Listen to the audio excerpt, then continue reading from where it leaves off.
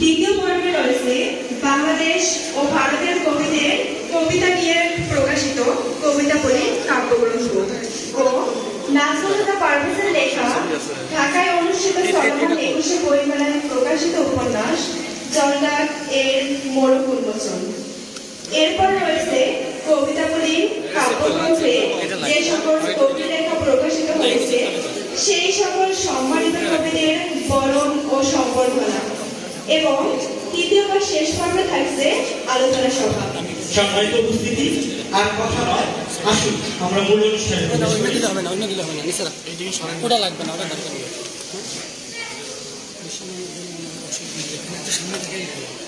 একটু দূর থেকে নিলে। সম্মানিত উপস্থিতি, এ পর্যায়ে আমাদের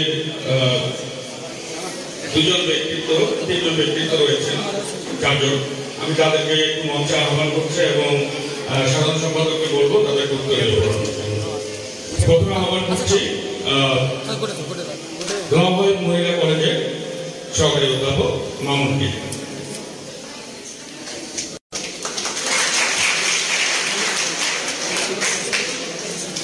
এরপর আহ্বান করছি শরীফেরহাট উচ্চ বিদ্যালয়ের প্রধান শিক্ষক আব্দুল রহিম।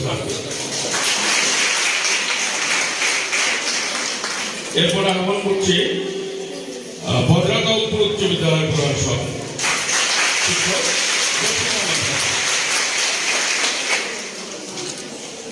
আহ্বান করছি দক্ষিণ ধরবরিয়া সরকারি প্রাথমিক বিদ্যালয়ের প্রধান শিক্ষক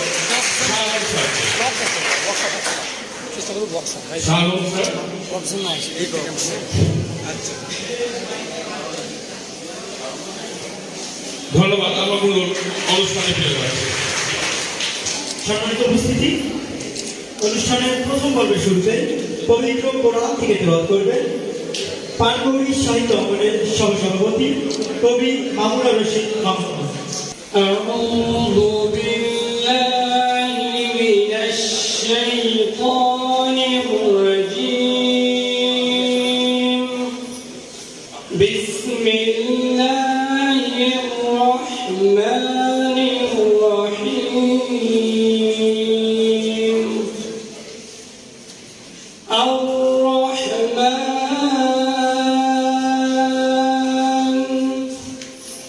علم القرآن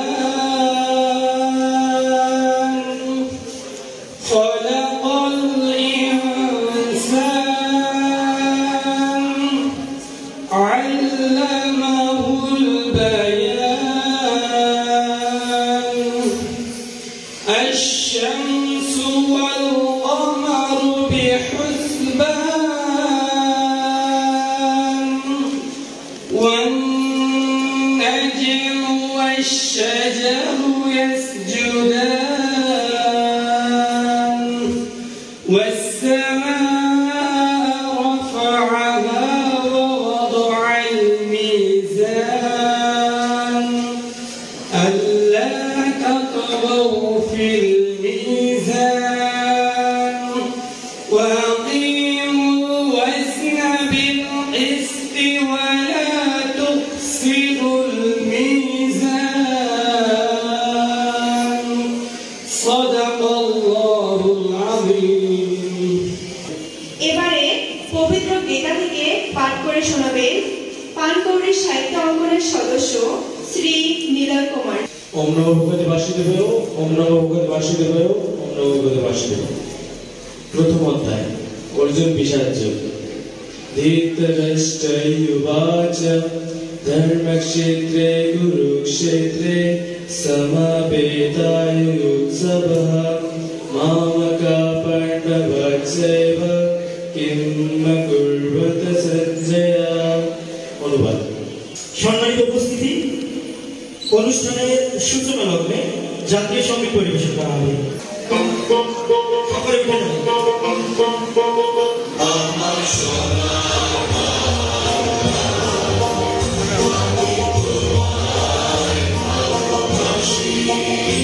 সকলে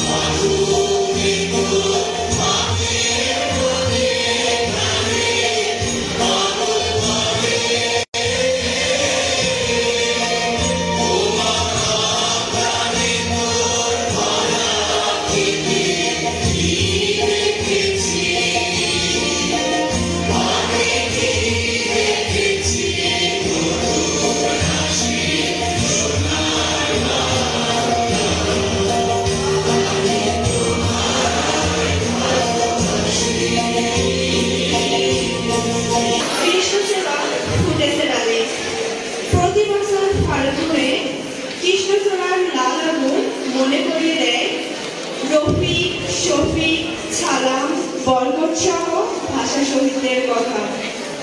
আজ আমরা গভীর শ্রদ্ধার সাথে স্মরণ করছি বায়ান্নের সকল ভাষা শহীদদেরকে, যারা বাংলা ভাষাকে রাষ্ট্রভাষার দাবিতে প্রাণ বলিদানের মধ্য দিয়ে বিশ্ব দরবারে বাংলা ভাষাকে মর্যাদার আসনে বসিয়ে গেছে। এবারে ভাষা শহীদদের স্মরণে কবিতা আবৃত্তির মধ্য দিয়ে শ্রদ্ধা নিবেদন করবেন আবৃত্তি শিল্পী মোহাম্মদ মাহির হাসান নাইম। আবৃত্তি করছি মাহবুবুল আলম চৌধুরীর লেখা কবিতা কাঁদতে আসবি ফাঁসির দাবি নিয়ে এসেছি। এখানে যারা প্রাণ দিয়েছে রমনার ঊর্ধ্বমুখী কৃষ্ণচূড়ার তলায়, যেখানে আগুনের ফুলকির মতো এখানে ওখানে চলছে অসংখ্য রক্তের ছাপ, সেখানে আমি কাঁদতে আসিনি। আজ আমি শোকে বিহ্বল নই, আজ আমি ক্রোধে উন্মত্ত নই, আজ আমি প্রতিজ্ঞায় অবিচল। যে শিশু আর কোনোদিন তার পিতার কোলে ঝাঁপিয়ে পড়ার সুযোগ পাবে না, যে গৃহবধূ আর কোনোদিন তার স্বামীর প্রতীক্ষায় আঁচলে প্রদীপে ঢেকে দুয়ারে আর দাঁড়িয়ে থাকবে না, যে জননী খোকা এসেছে বলে উদ্দাম আনন্দে সন্তানকে আর বুকে জড়িয়ে ধরতে পারবে না, যে তরুণ মাটির কোলে লুটিয়ে পড়ার আগে বারবার একটি প্রিয়তমার ছবি চোখে আনতে চেষ্টা করেছিল, সে অসংখ্য ভাই বোনেদের নামে আমার হাজারে বছরের ঐতিহ্যে লালিত যে ভাষায় আমি মাকে সম্বোধনে অভ্যস্ত, সেই ভাষা ও স্বদেশের নামে এইখানে এই বিশ্ববিদ্যালয়ের উন্মত্ত প্রাঙ্গণে আমি তাদের ফাঁসির দাবি নিয়ে এসেছি, যারা নির্বিচারে হত্যা করেছে আমার অসংখ্য ভাই বোনেদের। ওরা 40 জন কিংবা আরো বেশি, যারা প্রাণ দিয়েছে ওখানে রমনার রৌদ্রদগ্ধ কৃষ্ণচূড়া গাছের তলায়, ভাষার জন্য, মাতৃভাষার জন্য, বাংলার জন্য, যারা প্রাণ দিয়েছে ওখানে একটি দেশের মহান সংস্কৃতির মর্যাদার জন্য, আলাউলের ঐতিহ্য, রবীন্দ্রনাথ, কায়কোবাদ, নজরুলের সাহিত্য ও কবিতার জন্য, যারা প্রাণ দিয়েছে ভাটিয়ালি, বাউল, কীর্তন, গজল, নজরুলের খাঁটি সোনার যে খাঁটি আমার দেশের মাটি, এই 2 লাইনের জন্য। রমনার মাঠের সেই মাটিতে কৃষ্ণচূড়ার অসংখ্য ছড়া পাপড়ির মতো 40টি তাজা প্রাণ আর অঙ্কুরিত বীজের খোসার মধ্যে আমি দেখতে পাচ্ছি তাদের অসংখ্য বুকের রক্ত, রামনেশ্বর আব্দুল সালামের কবজি বুকের রক্ত, বিশ্ববিদ্যালয়ের সবচেয়ে সেরা কবজি বুকের রক্ত।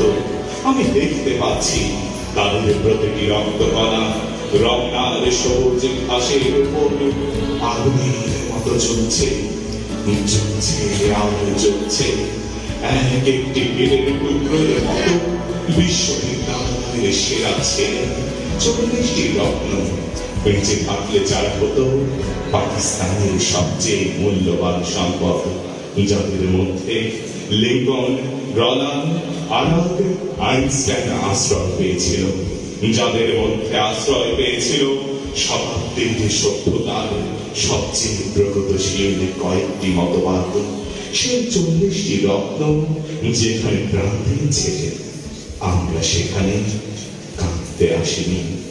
যারা গুলি ভর্তি রাইফেল নিয়ে এসেছিল ওখানে, যারা এসেছিল নির্দয় ভাবে হত্যা করার আদেশ নিয়ে, আমরা তাদের কাছে ভাষার জন্য আবেদন জানাতেও আসিনি। আজ আমরা এসেছি জালিমের ফাঁসির দাবি নিয়ে।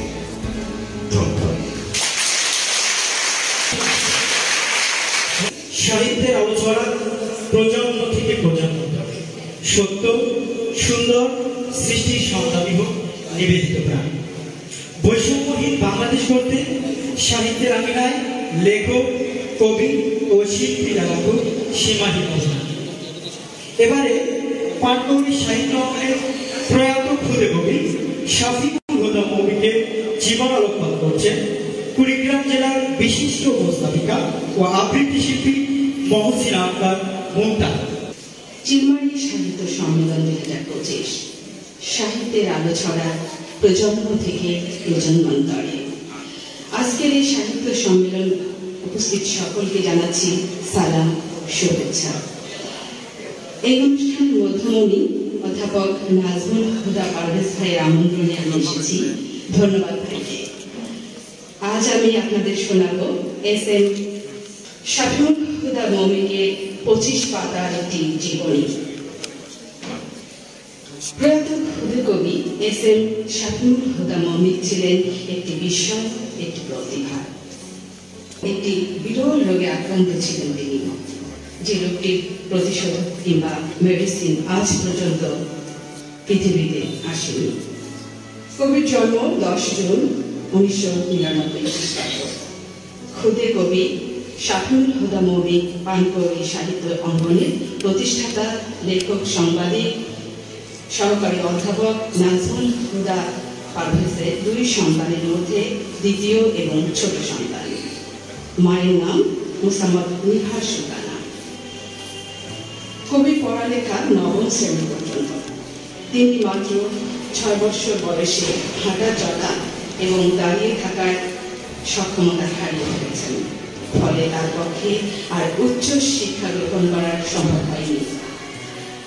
7 বছর বয়স থেকে মৃত্যু পর্যন্ত তিনি নিজ শয়নকক্ষে বসে শুয়ে কাটিয়েছেন, কারণ অন্যের সহযোগিতা ছাড়া তার এক পা ফেলার সক্ষমতা ছিল না।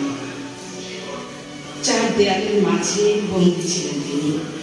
কবির বন্ধু ছিলেন মা, বাবা সহ পরিবারের সকলে, যাদের অক্লান্ত পরিশ্রম ও অকৃত্রিম ভালোবাসা কবিকে বেঁচে থাকার প্রেরণা যোগাত।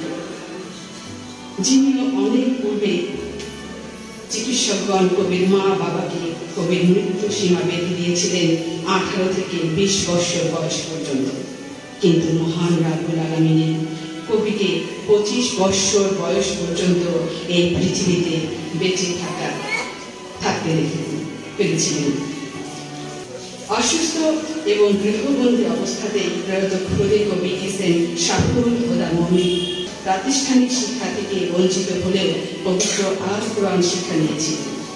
তিনি 8 থেকে 10 বার তার জীবন দশায় পবিত্র কোরআন শরীফ খতম দিয়েছিলেন এবং তিনি রমজানের রোজার তিনি কবিতা, ধর্মীয় ভাব ও মৃত্যু বারবার স্পর্শ করেছিলেন। কবি শাফিউল হুদা মৌমিক শারীরিক অসাড়তার কারণে হাতে কলমে লিখতে পারতেন না। মোবাইল এবং টেলিভিশন ছিল তার সার্বক্ষণিক সঙ্গী। মোবাইলে ভয়েস দিয়ে তিনি কবিতা লিখতেন। কবি পানকৌড়ি সাহিত্য অঙ্গনে অনলাইন গ্রুপের যাত্রা লবিয়া থেকে গ্রুপে কবিতা পোস্ট করতেন। তার কবিতার ভাব, গভীরতা এবং শব্দচয়ন ছিল অবাক করার মতো। একজন অটিস্টিক শিশু প্রেরণা ও সহযোগিতা পেলে যে কত ভালো কিছু সৃষ্টি করতে পারে সেই দৃষ্টান্ত রেখে গেছিলেন ক্ষুদে কবি মৌমিক। কবির পিতামাতা ভালো চিকিৎসা পাওয়ার আশায় কবিকে নিয়ে দেশ বিদেশের একাধিক বার নাম করা চিকিৎসকের শরণাপন্ন হয়েছিলেন, কিন্তু শেষ পর্যন্ত দুরারোগ্য ব্যক্তির নিকট পরাজিত হয়ে স্রষ্টার ডাকে সাড়া দিয়ে 21 আগস্ট 2023 খ্রিস্টাব্দ তারিখে কবি এই পৃথিবীর মোহ ত্যাগ করে অচিনপুরে চিরজীবনের জন্য চলে যান। আজ পানকৌড়ি সাহিত্য অঙ্গন 2য় বর্ষে পা রেখেছেন। আজকের এই দিনে আমরা কবির প্রতি শ্রদ্ধা ও গভীরতা, ভালোবাসা নিবেদন করছি। মহান রাব্বুল আলামিন কবিকে বেহেশত নসিব করুন, আমিন।